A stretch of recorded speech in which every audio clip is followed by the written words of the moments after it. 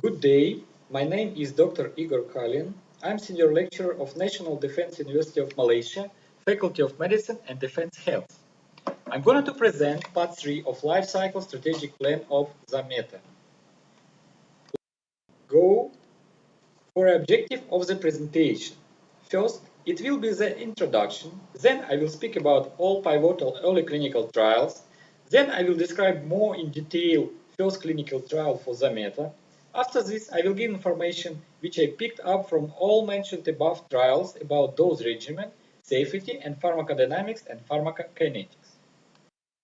So, Zometa or zoledronate is a heterocyclic imidazole third generation biphosphonate.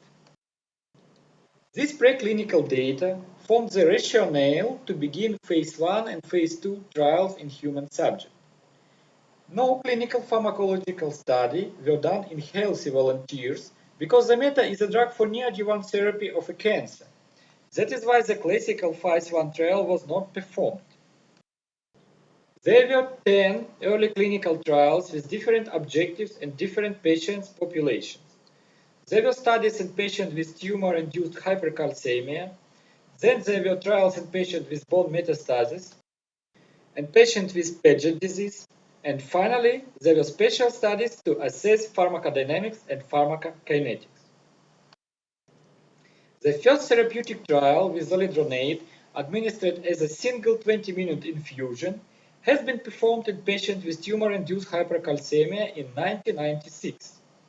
It was an open, phase 1 multi-center trial essentially conducted in Belgium. The objective was to determine two non-toxic dose levels, each able to obtain normal calcemia in patients with tumor-induced hypercalcemia persistent after rehydration.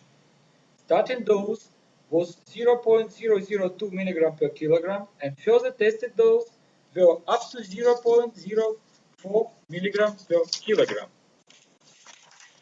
Inclusion criteria was persistence of tumor-induced hypercalcemia with calcium concentration more than 2.75 mmol per liter. If normal calcemia was obtained by 7 days in only 1 out of 3 patients, this dose level was considered as ineffective. The primary endpoint was to determine, with a dose escalation schedule, two non-toxic dose levels, each able to induce normal calcemia at least in 4 or 5 out of 5 patients with tumor-induced hypercalcemia. 5 of 5 patients became normocalcemic after 0.02 mg of zoledronate, and 14 out of 15 patients became normocalcemic after 0.04 mg per kilogram. Zoledronate was well tolerated. Of the 15 patients treated with 0.04 mg, 6 had a transient hypophosphatemia and 3 a transient hypocalcemia. The only clinically detectable side effect was an increase in body temperature in 30% of all patients, but which was probably not drug-related in most cases. Dose regimen. There were 2 trials. First is 003, a multi-center open-label dose-ranging safety trial of short duration multiple intravenous infusion of zoledronic acid in advanced cancer patients with osteolytic bone metastasis.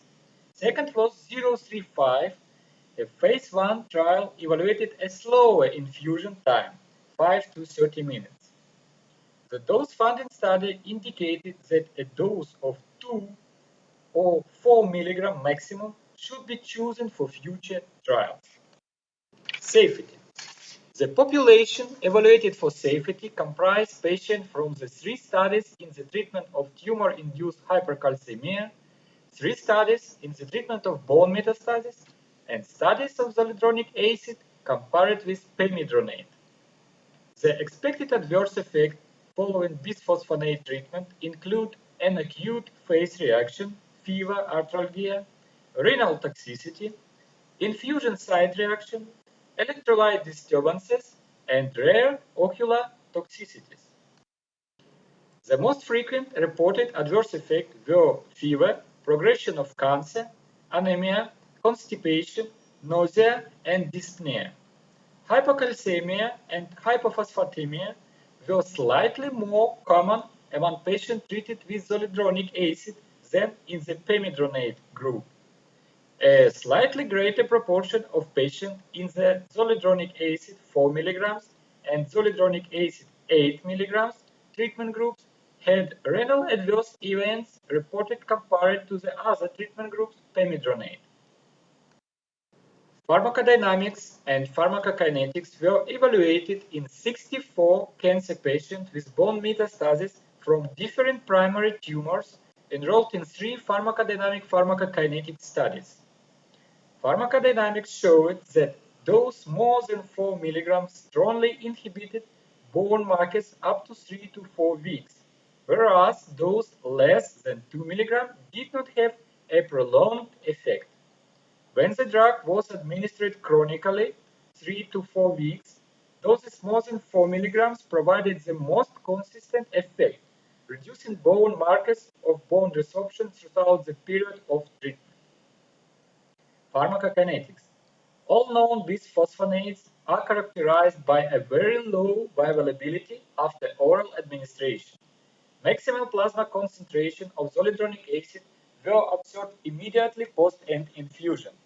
The concentration versus time curves showed a rapid decline followed by phase of slower decline. Low plasma concentration of zoledronic acid were found up to 29 days post-dose. A 3-compartment model was chosen for the final fitting of the data. The half-lives for the triphasic decline of the plasma concentration were 0.23 hours, 1.75 hours, and 167 hours. The clearance of drug is unaffected by patient's age. The plasma clearance is proportional to the creatinine clearance. Plasma protein binding was originally reported 22%, but then was amended to 56%. It was reported that zoledronic acid did not inhibit cytochrome enzymes P450 in vitro.